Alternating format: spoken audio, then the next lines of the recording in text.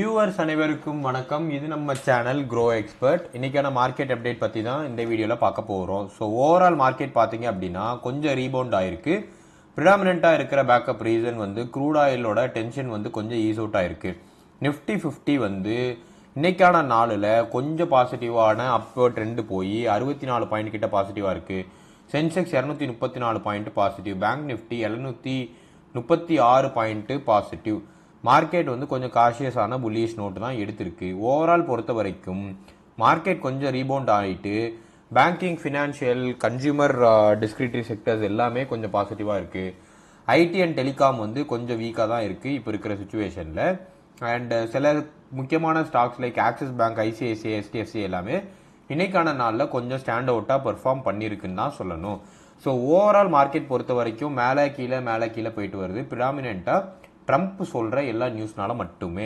So இன்னைக்கான நாள்லையுமே straight of farmers வந்து இன்னும் திறக்கலை. பட் ஸ்டில் வந்து ட்ரம்ப் வந்து என்ன சொல்லியிருக்காரு அப்படின்னா, நாங்கள் ஆக்டிவாக இதை வந்து கொஞ்சம் மானிட்டர் பண்ணிட்டு இருக்கோம், கூடிய விரைவில் கொண்டு வந்துருவோம்னு சொல்லிட்டு ஆல்மோஸ்ட் எல்லா பாயிண்ட்ஸும் அக்ரி பண்ணிட்டாங்க. எக்ஸப்ட் வந்து ஈரான் வந்து அந்த யுரேனியமோட ஸ்டாக் பைல் பற்றி மட்டும்தான் ஒரு கீ இதாக இருக்குது. ஈரான் வந்து யுரேனியம் பார்ட்டில் வந்து ரொம்ப ரெசிஸ்டண்ட்டாக இருக்காங்க. ஏன்னா ஈரானோட பாயிண்ட் ஆஃப் வியூவில் கம்பெனி அவங்களோட கண்ட்ரி வந்து இந்த ஒரு ரீசன்னால தான் ஃப்யூச்சரில் சேஃபாக ஃபீல் ஆகுங்கிற அவங்களோட பாயிண்ட் ஆஃப் வியூ. ட்ரம்ப் வந்து அதை லைட்டாக நவுட்டிட்டு ஈரானை போட்டு பொழந்துடலாம் அப்படின்னு ஒரு டோனில் இருக்காரு. ஸோ இது எங்கே போய் முடியும்னு தெரியல. பட் சூன் வந்து ஸ்ட்ரெயிட் ஆஃப் ஃபார்மோஸை ஃபுல்லாக ஓப்பன் பண்ணிட்டாங்கன்னா க்ரூட் ஆயிலோட ப்ரைஸு ஷார்ப்பாக விழுந்துடும். இந்தியாவுக்கு பில்லியன் கணக்கான டாலர் சேவ் ஆகிறதுக்கான வாய்ப்பு இருக்குது. இந்தியாவோட இம்போர்ட்ஸில் 90% மேலே க்ரூட் ஆயில் இருக்குது. எக்ஸ்போர்ட் நாம் பெருசாக எதுவும் பண்ணுறதில்லை in terms of crude oil இம்போர்ட்டுக்கு செலவு பண்ணுற இதை பொறுத்த வரைக்கும். ஸோ இது மூலமாக நிறைய டாலர்ஸ் வெளியே விற்றுட்ருக்கோம். ஸோ ருப்பி வந்து வீக்கன் ஆகிட்டு இருக்கு. So crude oil price drop ஆச்சு அப்படின்னா இந்தியாவுக்கு பில்லியன் கணக்கான டாலர் சேவ் ஆகும் அண்ட் ருப்பியுமே கொஞ்சம் ஸ்ட்ரென்தன் ஆகும். ஸோ இது in case strait of Hormuz open பண்ணிட்டாங்க அப்படிங்கிற சுச்சுவேஷன் நமக்கு வந்துச்சுன்னா நாம் நோட்டீஸ் பண்ண வேண்டிய ஸ்டாக்ஸ்ன்னு பார்த்தீங்கன்னா IndiGo, SpiceJet, paints sector பொறுத்த வரைக்கும் ஏஷியன் பெயிண்ட்டு, டயர்ஸில் MRF and other logistics sector வந்து கொஞ்சம் பாசிட்டிவாக இருக்கிறதுக்கான வாய்ப்பு இருக்குது. நான் ஜஸ்ட்டு வாட்ச் லிஸ்ட்டில் தான் வைக்க சொன்னால் உள்ளே போய் குதித்திட வேண்டாம். நேற்றுக்கான வீடியோவில் சொல்லியிருந்தேன், ஆர்பிஐ வந்து 5 பில்லியனுக்கான யூஎஸ்டி ஐஎன்ஆர் ஸ்வாப் ஆப்ஷன் வந்து கொடுக்குறாங்க. இது ப்ரிடாமினண்ட்டாக ஃப்ரெஷ் கேஷ் ஃப்ளோ வந்து மார்க்கெட்டில் இன்ஜெஸ்ட் பண்ணுறதுக்கும் லிக்விடிட்டி இன்க்ரீஸ் பண்ணுறதுக்குமே. ஏன்னா மார்க்கெட் படுக்கையாக இருக்கிறது அண்ட் ருப்பியுமே ரொம்ப வீக்கன் ஆகிட்டு இருக்கு. ஸோ இந்த ஸ்வாப் ஆப்ஷன் வந்து May 26 வந்து நடைபெறும் என்று ஆர்பிஐ அனௌன்ஸ் பண்ணியிருக்காங்க. இது positive for banking and NBFC sector. ஏன்னா ருப்பி ஸ்ட்ரென்தன் ஆகுங்கிறது இதோட எண்ட் அவுட்கமாக ஃபீல் பண்ணப்படுது.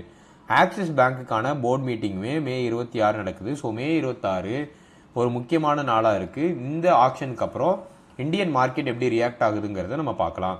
Banks like ICICI, SDFC, axis bank இன்னைக்கான நாளில் இந்த பர்டிகுலர் நியூஸுக்கு அப்புறம் ரொம்ப ஷைன் பண்ணியிருக்குன்னு தான் சொல்லணும். எல்லாம் கொஞ்சம் பாசிட்டிவாக அப்பா இருக்குது. ஐடிசியோட Q4 ரிசல்ட்ஸ் எல்லாரும் ஆர்வமாக எதிர்பார்த்து கொண்டிருந்த ஐடிசியோட Q4 ரிசல்ட்ஸ் வந்துருந்துச்சு. ஓவரால் ப்ராஃபிட் ஆஃப்டர் டேக்ஸ் வந்து 5% கிட்ட இயர் ஆன் இயர் இன்க்ரீஸ் இருக்குது. பட் ரெவென்யூ வந்து பொத்துன்னு விழுந்திருக்கு 7% கிட்ட.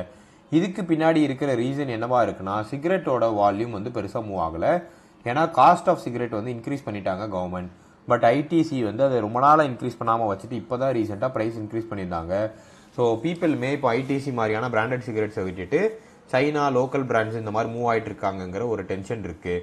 ஆல்சோ ஐடிசி வந்து இதை ஃபேக்டரைஸ் பண்ணி மற்ற செக்மெண்ட்டாகவும் பிரிக்கிறாங்க. லைக் எஃப்எம்சிஜி, ஹோட்டல் செக்மெண்ட்டுமே கொஞ்சம் பெட்டராக தான் டெலிவர் பண்ணியிருக்காங்க. சிகரெட் செக்மெண்ட் வந்து ரொம்ப வீக்காக இருக்குது. அண்ட் அது போக லைக் கல்ஃப் ரீஜனில் உள்ள எக்ஸ்போர்ட் பிஸ்னஸும் அக்ரி ரிலேட்டட் பிஸ்னஸுமே கொஞ்சம் வீக்கனாக இருக்குது due to the geopolitical டென்ஷனால். ஸோ ஸ்டாக் பொறுத்த வரைக்கும் ஒரு மிக்ஸ்ட் ஒப்பீனியன் இருக்குது. இன்கேஸ் ஸ்டாக் டிக்ளைன் ஆச்சு அப்படிங்கிறதா இருந்தால் தாராளமாக என்ட்ராய் கன்சிடர் பண்ணுங்கள். ஐடிசி வந்து ஒரு நல்ல long term bet. So dividend வந்து ஸ்ட்ராங்காக கொடுத்துட்டு தான் இருக்காங்க. ஸோ அதனால் நீங்கள் ஒரி பண்ண வேண்டாம். இப்போவுமே ஒரு 5 rupees பெர் ஷேர் வந்து டிவிடெண்ட் வந்து அனௌன்ஸ் பண்ணியிருக்காங்க. ஸோ கூடிய விரைவில் டிவிடெண்ட்டுக்கான டேட்டு வந்துடும். On an average 15 to 20 rupees கிட்ட உங்களுக்கு டிவிடெண்ட் வரும். டிபெண்ட்ஸ் ஆன் ரெவன்யூ எப்படி போகுது இதெல்லாம் பார்த்துட்டு. ஸோ 300 ரூபாங்கிற ரேஞ்சில் உள்ள ஸ்டாக்குக்கு 15 ரூபாங்கிற டிவிடெண்ட் வந்து ஒரு பெட்டரான ஆப்ஷன் தான்.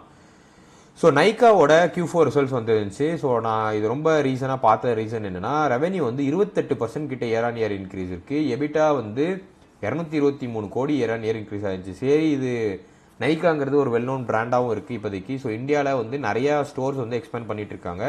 ஸோ இந்த ஸ்டாக் வந்து இந்த நியூஸ்னால 4.5% பாசிட்டிவாக இன்னைக்கு ரேலி ஆயிருக்கு. ஸோ ஸ்டாக்குள்ளே போய் எடுத்து பார்த்தேன், பிஇ கண்ணாப்பினான் இருக்கு. ஆல்மோஸ்ட் வந்து 500 கிட்டே இருந்துச்சுன்னு தான் நினைக்கிறேன் நான் நோட்டீஸ் பண்ணப்போ. ஸோ அப்படியே க்ளோஸ் பண்ணிட்டு வெளியே வந்துட்டேன். நல்ல ஸ்டாக் தான், நான் என்னோட வாட்ச் லிஸ்ட்டில் இதை ஆட் பண்ணி வச்சிருக்கேன். ஏதாவது ஒரு டிப்பு இல்லை கரெக்ஷன் இன் பிஇ நடக்குது இப்போ இருக்கிற ரெவென்யூக்கு ஏற்றாப்புல அப்படின்னா நான் இதை கன்சிடர் பண்ணலாமா வேணாமாங்கிற அப்டேட்டை உங்களுக்கு அடுத்தடுத்த வீடியோவில் தரேன். இது வரைக்கும் நம்ம சேனலை சப்ஸ்கிரைப் பண்ணாமல் வீடியோ பார்த்துட்டு இருக்கீங்கன்னா மறக்காமல் சப்ஸ்கிரைப் பண்ணிருங்க. குறிப்பாக பெல் ஐக்கானை ப்ரெஸ் பண்ணிருங்க. மாருதி சுசுகி பொறுத்த வரைக்கும் எல்லா ஆட்டோமோட்டிவ் செக்டார் ஸ்டாக்குமே ப்ரெஷரில் தான் இருக்குது. ஏன்னா காஸ்ட் வந்து ரொம்பவே ப்ரெஷரில் இருக்குது. நிறைய கம்பெனிஸ் வந்து ஆர்டர்ஸ் எப்படி வரும்னு தெரியலன்னு சொல்லிட்டு லைக் அவங்களோட இன்வென்ட்ரி வந்து ரொம்ப ஸ்டாக் பண்ணிகிட்டே வராங்க, குறிப்பாக ரா மெட்டீரியல் பாயிண்ட் ஆஃப் வியூவில். ஏன்னா இதுக்கப்புறம் காஸ்ட் இன்ஃப்ளேட் ஆகுமோ அப்படிங்கிற ஒரு தயக்கத்தினால.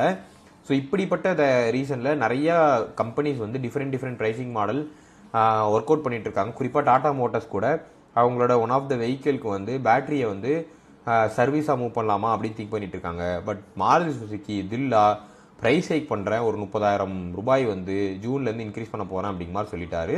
ஸோ இது ஒரு போல்டு மூவ் தான். பட் எனக்கு தெரிஞ்சு இது வந்து இந்த கம்பெனியை எந்த விலையிலும் அஃபெக்ட் பண்ணாது. ஷார்ட் டேர்மில் வந்து வால்யூம் ஆஃப் சேல்ஸ் வந்து நடக்கிறதுக்கான கொஞ்சம் டிக்ளைன் ஆகிறதுக்கான வாய்ப்பு இருக்குது. பட் ஸ்டில் மாருதி சுசுகி ஒரு ஸ்ட்ராங்கான ப்ரெசன்ஸ் இந்தியாவில் இருக்குது. இந்த 30,000 ஹைக்னால அவங்களோட என்டையர் இதுவுமே டிக்ளைன் ஆகாதுங்கிறது என்னோட நம்பிக்கை.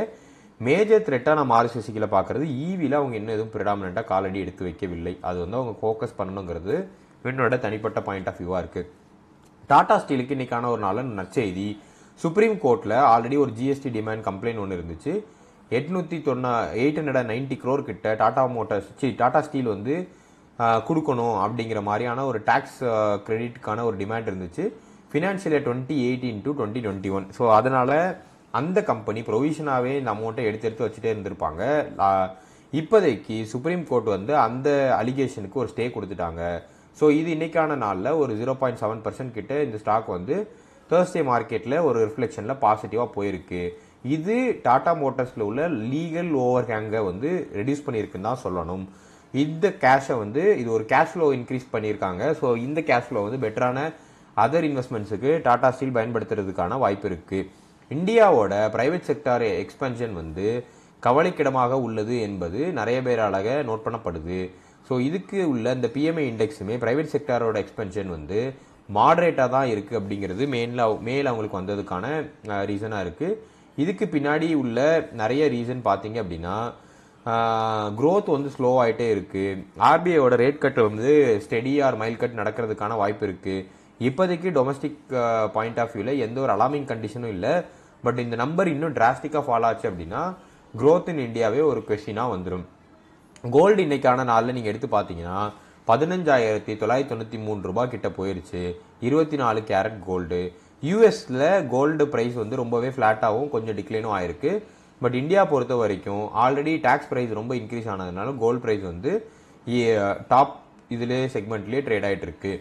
சில்வர் பொறுத்த வரைக்கும் 2,85,000 to 3 lakh வரைக்கும் சில்வர் வந்து ட்ரேட் ஆகிட்டு இருக்கு. டிமாண்டுமே அண்ட் கோல்டோட ப்ரைஸ் இன்க்ரீஸ் ஆனோன்னா சில்வரோட ப்ரைஸுமே அதுக்கேற்றாப்புல இன்க்ரீஸ் ஆகுது. இது க்ரூட் ஆயில் பொறுத்த வரைக்கும் $106 பெர் பேரல் கிட்ட போயிட்டு இருக்கு. ரீசன்ட் ரைஸ் ஆன $113 இது விழுந்திருக்கு. பட் 90 rupees கிட்ட டிராப் ஆனால் மட்டும்தான் இப்போ இருக்கிற சுச்சுவேஷனை நம்ம தாக்கு பிடிக்க முடியும். சின்ஸ் வந்து க்ரூட் ஆயில் வந்து ப்ரெஷர் டிராப் ஆனா ரூபி கொஞ்சம் ஸ்ட்ரென்தன் ஆகி 96 ரூபாய் கிட்ட ட்ரேட் ஆகிட்டு இருக்கு. ஆர்பிஐ வந்து இப்போ அனௌன்ஸ் பண்ணியிருக்கிற $5 billion USD/INR ஸ்வாப் ஆப்ஷன் நடக்குவது கொஞ்சம் பாசிட்டிவாக அமைங்கிற எக்ஸ்பெக்டேஷன்ஸ் நிறைய பேருக்கு இருக்குது. டாப் மூவர்ஸ் இன்னைக்கான நாளில் எடுத்து பார்த்தா ட்ரெண்ட் லிமிடெட் Q4 ரிசல்ட்ஸ் வந்து எக்ஸ்பெக்டேஷன்ஸ் வந்து கொஞ்சம் பெட்டராகவே இருக்குது. கன்சியூமர் பாயிண்ட் ஆஃப் வியூவில் ஒரு நல்ல ரேலியுமே காணப்படுது. அண்ட் ஆக்சிஸ் பேங்க் இன்னைக்கான நாளில் 2.8% அப்பு. போர்ட் மீட்டிங் வந்து May 26 நடக்கும். ஸோ அதில் ஒரு பெட்டரான ரிசல்ட்ஸ் வரும், நல்ல டிசிஷன்ஸ் நடக்குங்கிற எக்ஸ்பெக்டேஷன்ஸ்னால இன்னைக்கான நாளில் அப்பா இருக்குது. ஐசிஐசிஐ பேங்க் 2.4% அப்பு. எஃப்ஐஎஸ் பையிங் ப்ரைவேட் பேங்க்ஸ் வந்து இப்போ கொஞ்சம் இருக்குது. லோன் க்ரோத் நரேட்டிவ் பெட்டராகவே இருக்குது. ருப்பி வந்து கொஞ்சம் ஸ்ட்ரென்த்தாக ஆகிறதுனால அபரிவிதமாக இன்றைக்கி ஒரு ஸ்டாக் நான் நோட்டீஸ் பண்ணேன், ராம்கோ சிஸ்டம்ஸ்ன்னு சொல்லிட்டு. இது ஒரு IT ERP kind of company. So இந்த கம்பெனி இன்றைக்கான நாள் 20% கிட்ட ஓவரால் வந்து ரீச் ஆகி அப்பர் சர்க்கியூட்டை கட் பண்ணியிருக்குன்னு தான் சொல்லணும். Q4 ஃபினான்ஷியல் இயர் 2026ஓட ரிசல்ட் அனௌன்ஸ்மெண்ட்டுக்கு அப்புறம் stronger in terms of number rally, but stock over price ஆகிடுச்சு, இப்போதைக்குள்ள என்டர் ஆக வேண்டாம். அண்ட் டாப் லூசர்ஸ் ஃபார் டேன்னு பார்த்தா இன்ஃபோசிஸ், டெக் மகேந்திரா ஆல்ரெடி சொல்லியிருந்தேன். ஐடி ஸ்டாக்ஸ் எல்லாமே ப்ரெஷரில் தான் இருக்குது. பாரதி ஏர்டெல் இன்னைக்கான நாளில் விழுந்திருக்கு. கொஞ்சம் முன்னாடி தான் நான் ஒரு நியூஸ் சொல்லியிருந்திருப்பேன், பாரதி ஏர்டெல் இந்தியாவில் செகண்ட் லார்ஜஸ்ட் கேபிட்டலாக மூவ் ஆயிடுச்சுன்னு சொல்லிட்டு ப்ராஃபிட் புக்கிங் நடந்திருக்கு. அண்ட் நிறைய பேருக்கு ஆவரேஜ் ரெவென்யூ பெர் யூசரோட கன்சன்ஸுமே இருக்குது. ஜியோவோட ஐபிஓ வந்ததுக்கப்புறம் ஜியோவோட ரிலையன்ஸ் இண்டஸ்ட்ரீஸோட புக்கிங்ஸ் எப்படி போகும், க்ரூட் ஆயிலோட வாலட்டிலிட்டினால ஜியோ இன்னைக்கான நாளில் 0.7% விழுந்திருக்குன்னு தான் சொல்லணும். கொஞ்சம் வெயிட் பண்ணி அக்யூமுலேட் பண்ண வேண்டிய ஸ்டாக்னா ICICI, HDFC, Federal bank, Mahindra and Mahindra, Eicher Motors. ஏன்னா ஈச்சர் மோட்டர்ஸ்லாம் ஒரு நல்ல ஆப்பர்ச்சுனிட்டி ஓப்பன் ஆச்சுன்னா தாராளமாக கன்சிடர் பண்ணுங்கள். ராயல் என்ஃபீல்டு வந்து 2 வீலர் செக்மெண்ட்டை டாமினேட் பண்ணிட்டு இருக்காங்கன்னு தான் சொல்லணும். டிஃபென்ஸ் இன்ஃப்ராஸ்ட்ரக்சர் பாயிண்ட் ஆஃப் வியூவில் பிஇஎல் ஸ்டாக் வந்து IRB infrastructure, Sun Pharma, Ramco systems, ITC, இது எல்லாமே ஒரு நல்ல ப்ரைஸிங் பாயிண்ட் ஆஃப் வியூவில் கன்சிடர் பண்ணுங்கள். ஐடிசி ஆல்ரெடி அட்ராக்டிவான ப்ரைஸில் தான் இருக்குது, தாராளமாக கன்சிடர் பண்ணலாம். கொஞ்சம் காஷியஸாக அணுக வேண்டிய ஸ்டாக்குன்னு பார்த்தா ஐடி ஸ்டாக்ஸ் வந்து ப்ரிடாமினண்ட்டாக இருக்குது. அது போக பாரதி ஏர்டெல் இப்போதைக்கு இதுக்குள்ளே என்ட்ராக வேண்டாம். லாங் டேர்முக்கு இது ஒரு நல்ல பெட்டு, பட் நான் ஜியோவோட ஐபிஓக்கு வெயிட் பண்ணி பார்த்து தான் என்ட்ரான்ட்டு. ஓலா பக்கம் தலை வைத்து படுக்க வேண்டாம். ஓலா வந்து கொஞ்சம் முன்னாடி ஒரு அனௌன்ஸ் பண்ணியிருந்தாங்க, பேட்டரியில் ஒரு புது இன்வென்ஷன் பண்ணியிருக்கோம் அப்படின்னு சொன்னோன்னே ஸ்டாக்கு கடகடன் மேலே போச்சு. அந்த பர்டிகுலர் ஆஸ்பெக்ட் வந்து இழுத்து மூடிட்டாங்க, அது பெருசாக எதுவும் கிக் ஆஃப் ஆகலை. ஸோ இப்போ இருக்கிற பாயிண்ட் ஆஃப் வியூவில் ஐபிஓ போட்ட காசை கூட இதை திருப்பி எடுக்க முடியுமான்னு தெரியல. வாய்ப்பு ஆப்பர்ச்சுனிட்டி இருந்துச்சுன்னா ஓலாவை வந்து தயவு செஞ்சு விற்றுட்டு வெளியே வந்துருங்க, அதுவே ஒரு நல்ல சிக்னலாக இருக்கும். ஸோ இன்றைக்கான மார்க்கெட் நியூஸ் எல்லாமே உங்களுக்கு பிடிச்சிருக்கும் நம்புகிறேன். இந்த வீடியோ உங்களுக்கு பிடிச்சிருந்துச்சுன்னா லைக் பண்ணுங்கள், உங்கள் ஃப்ரெண்ட்ஸுக்கும் பார்க்க சொல்லி ஷேர் பண்ணுங்கள்.